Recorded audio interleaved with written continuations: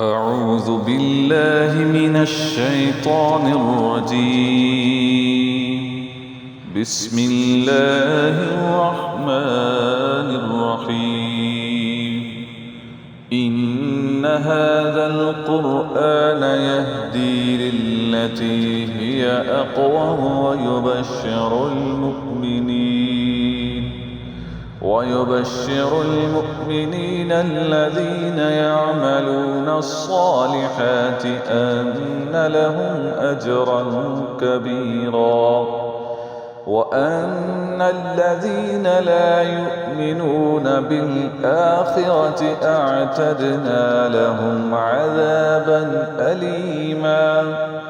ويدعو الإنسان بالشر دعاءه بالخير وكان الإنسان عجولا.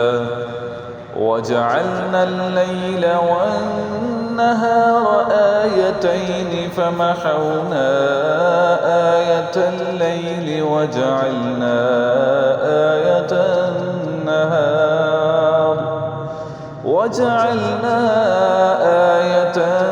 النهار مبصرة لتبتغوا فضلا من ربكم ولتعلموا عدد السنين والحساب وكل شيء فصلناه تفصيلا.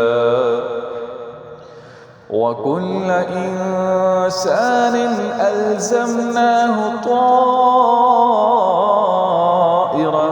في عنقه ونخرج له يوم القيامة كتابا يلقاه منشورا.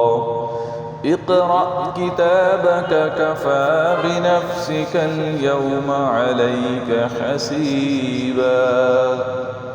من اهتدى فإنما يهتدي لنفسه ومن ضل فإنما يضل عليها ولا تزر وازرة وزر أخرى وما كنا معذبين حتى نبعث رسولا.